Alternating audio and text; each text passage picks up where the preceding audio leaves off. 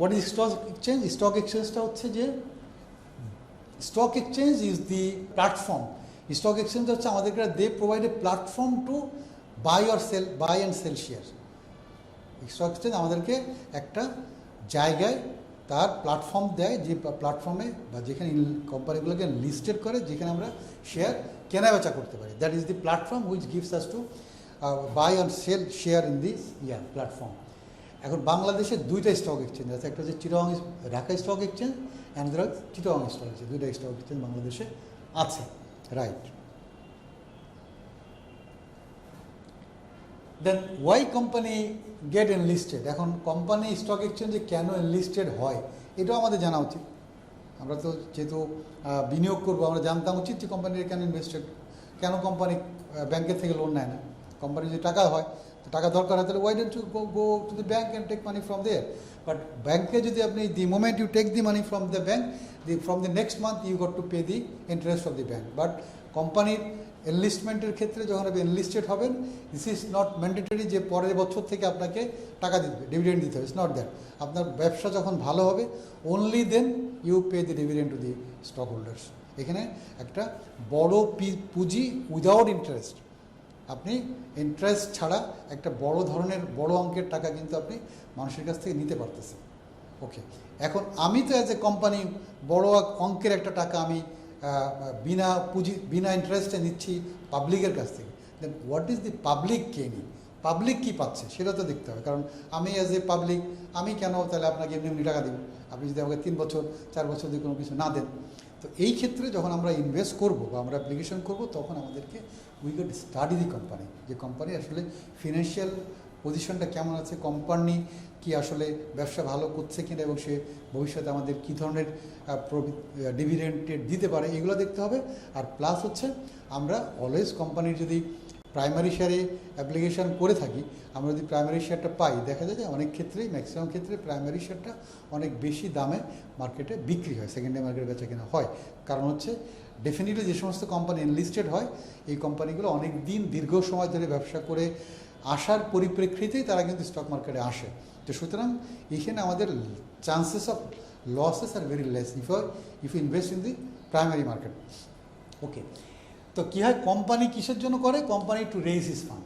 Company তার fund raise করার জন্য সে আইপিও করে। Then ready marketability of the securities, মানে যদি এনলিস্টেড যদি হয়ে থাকে, তো অনেক সময় readily you can sell your share.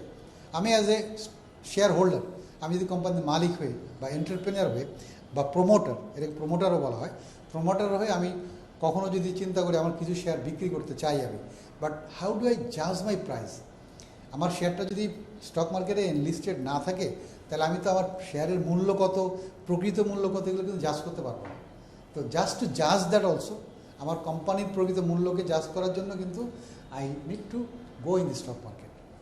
Then better corporate practice, যখনই দায়বদ্ধতা যখন বেড়ে যাবে, জবাবদিহিতা যখন বাড়বে, কারণ যখনই পাবলিকলি লিস্টেড কোম্পানি হয়ে যাচ্ছে, তখন তার মাথার উপরে কিন্তু অনেকগুলা গার্জিয়ান হয়ে গেছে।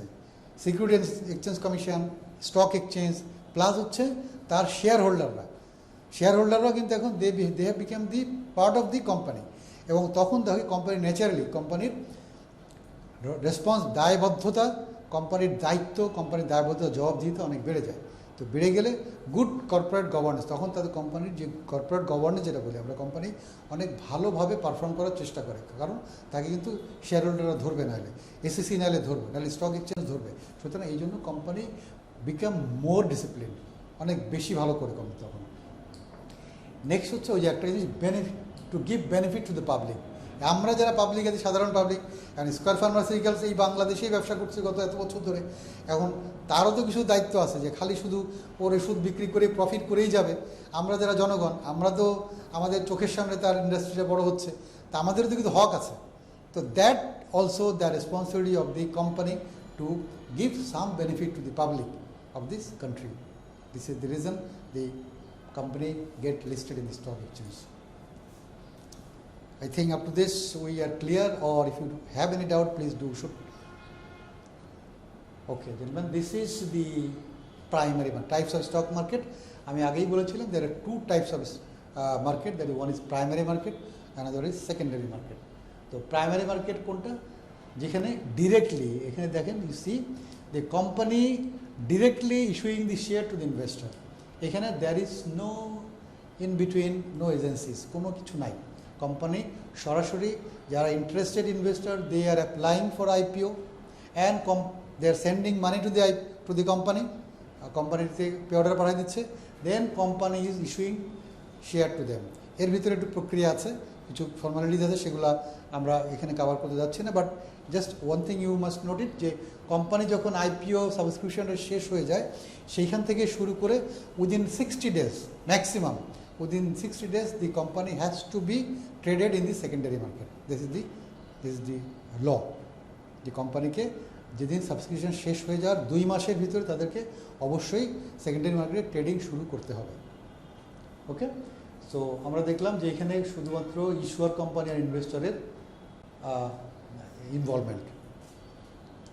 Next, the secondary market. Secondary market হচ্ছে অ্যাকচুয়ালি সেকেন্ডারি মার্কেট হচ্ছে যে মার্কেটে অলরেডি ইস্যুড শেয়ার ইস্যু হয়ে গেছে, সেই শেয়ারটা বেচা কেনা হচ্ছে এখানে। এখানে আমি যদি এখন ইচ্ছা করি যে আমি স্কয়ার ফার্মাসিউটিক্যালস থেকে শেয়ার কিনতে চাই, I can't go to Square Pharmaceuticals company and say they আমাকে শেয়ার দেন। I have to go to the stock exchange and I have to go through a broker, only then I can buy the share now.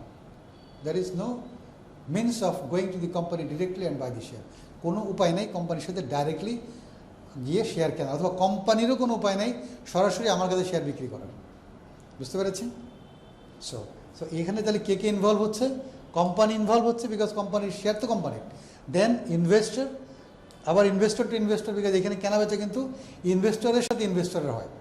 কারণ আমি একটা share আমি square ফার্মাসিউটিক্যালসের একটা share কিনেছিলাম, I want to sell, you want to buy, তো I put my sell order and you put your buy order. When this prices matches, then already যখন match করবে তখনই এই শেয়ারটা বিক্রি অথবা কেনা হয়ে যাবে। এখানে কোম্পানির কোনো বিষয় নাই। বাট শেয়ারটা অরিজিনালি মালিক কি? অরিজিনালি তো কোম্পানির শেয়ার, সেই ক্ষেত্রে কোম্পানির ইয়ের থেকে সেটা চলে যাবে, আমাদের পোর্টফোলিওতে যাবে। বাট তো সুতরাং এখানে ইনভলভমেন্ট হচ্ছে ইনভেস্টর, দেন কোম্পানি, অ্যান্ড মাঝখানে একটা মিডিয়া থাকে, দ্যাট ইজ দ্য ব্রোকার। ব্রোকারের মাধ্যমে আমরা তখন এটা কিনে থাকি, কেনা বা বেচাকেনা করে থাকি। তো সুতরাং transaction is in between two investors. Here এরা হচ্ছে এখানে involve, stock exchange, investor, issuers company and financial institutions like broker, merchant bank, these are the people involved here.